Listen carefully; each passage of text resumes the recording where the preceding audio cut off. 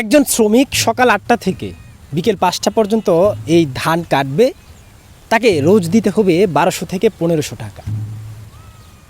এরকম দিয়েও নরসিংদী সদর উপজেলা মাধবদীতে শ্রমিক খুঁজে পাওয়া যাচ্ছে না, যার ফলশ্রুতিতে এই যে আপনারা দেখতে পাচ্ছেন পাকা ধান ক্ষেত, এগুলো কিন্তু কাটা হচ্ছে না এবং অনেকের এই যে শ্রমিকের যে মজুরি, সে মজুরিটা জোগানো করতে পারছে না, যার ফলে কিন্তু তারা অনেকেই কাটতে পারছে না এবং অনেকে নিজেদের ফ্যামিলির উদ্যোগে যে স্ত্রী সন্তান সবাইকে নিয়ে কাটা শুরু করেছে।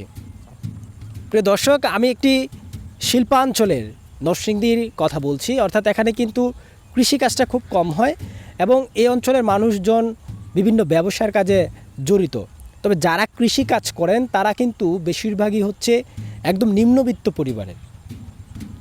তাদের কৃষিকাজের মূল উদ্দেশ্যই হচ্ছে তারা এই কৃষিকাজের ফলে যে ধান চাউলটুকু পায়, এই চাউলটি তারা সারা বছর তাদের খাবারের যে একটা আহরণ বা যোগান, সেই যোগানটা কিন্তু তারা দিতে পারে।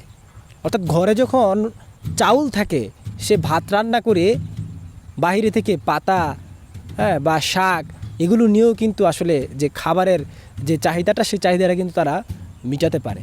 সেজন্যই কিন্তু আসলে এগুলো করা। অনেকে এই ধার দেনা করে এরকম এই যখন সিজন আসে তখন কিন্তু এই ধানগুলো চাষ করে। এই যে পানি দিয়েছে, তারা পানি সেচ দিয়েছে, এই পানি সেচের অনেক কৃষকের আপনারা যদি খোঁজ নেন যারা আসলে কৃষিকাজ করেছে, পানি সেচের টাকা কিন্তু এখনও অনেকের বকেয়া রয়েছে। তারা পানি সেচের টাকাটাও অনেকে দিতে পারেনি। অর্থাৎ এই ধান যখন কাটতে যাবে তারা, তখন কিন্তু তাদের পানি সেচের টাকাটাও পরিশোধ করতে হয়। সেই সঙ্গে একজন কৃষক যখন ৫ জন শ্রমিক নিয়ে এসে কাটবে, অর্থাৎ একদিনে ৫,০০০ টাকা কিন্তু, বা যদি ১৫০০ টাকা হয় তাহলে কিন্তু ৫ জনের জন্য প্রায় ৭,৫০০ টাকা তাদেরকে নির্ধারণ করে অর্থাৎ গুণে রাখতে হয়। এটাও অনেকের ক্ষেত্রে সম্ভব হয়ে ওঠে না। তারপর তারা যে ক্ষেতটা, অর্থাৎ যে ধান যে মাঠটা তারা মূলত ফসল ফলিয়েছে, একদিনে কাটতে পারতো, সেটা কিন্তু তারা এক সপ্তাহে, ৫ দিনে, ৩ দিনে, 4 দিনে কিন্তু তারা করে। এরকম কিন্তু দৃষ্টান্ত অনেকগুলো রয়েছে, আপনাদেরকে আমি এর আগে অনেক দেখিয়েছি এরকম চিত্র।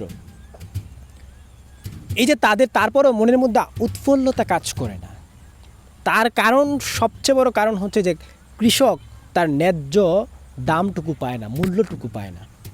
অর্থাৎ আমরা চাউল কিনতে গেলে যদি ৬০ টাকা ৭০ টাকা কিনতে হয়, কিন্তু ধান যখন বিক্রি করতে যাব তখন কিন্তু আমরা সেই মূল্যটা আসলে পাই না। কৃষক সে মূল্য না পাওয়ার কারণেই কিন্তু আজ অবহেলিত।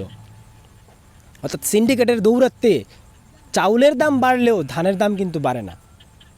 একদম মাঠ পর্যায়ে কৃষক যখন শস্য ফলায়, এটা যখন সে বিক্রি করতে যায়, সে কিন্তু সেই ন্যায্য মূল্যটা পায় না।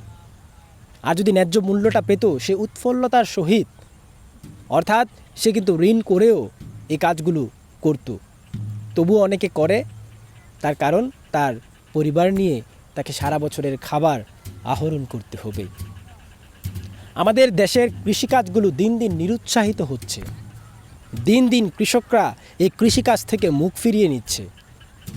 দেশের জনসংখ্যা কিন্তু দিন দিন কমছে না, আমাদের খাদ্য ঘাটতি দেখা দিচ্ছে। দিন দিন যদি এই কৃষকরা নিরুৎসাহিত হয়ে এই কৃষিকাজ ছেড়ে দেয়, তাহলে কিন্তু আমাদের খাদ্য ঘাটতি আরও বেড়ে যাবে। কৃষকের নিরুৎসাহিতা কমাতে সরকারের প্রয়োজনীয় উদ্যোগ নেওয়া প্রয়োজন।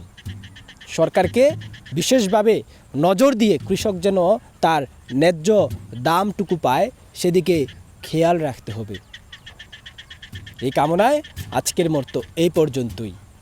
ভালো থাকবেন, সুস্থ থাকবেন। পরবর্তী কোনো ভিডিওতে আবারও দেখা হবে।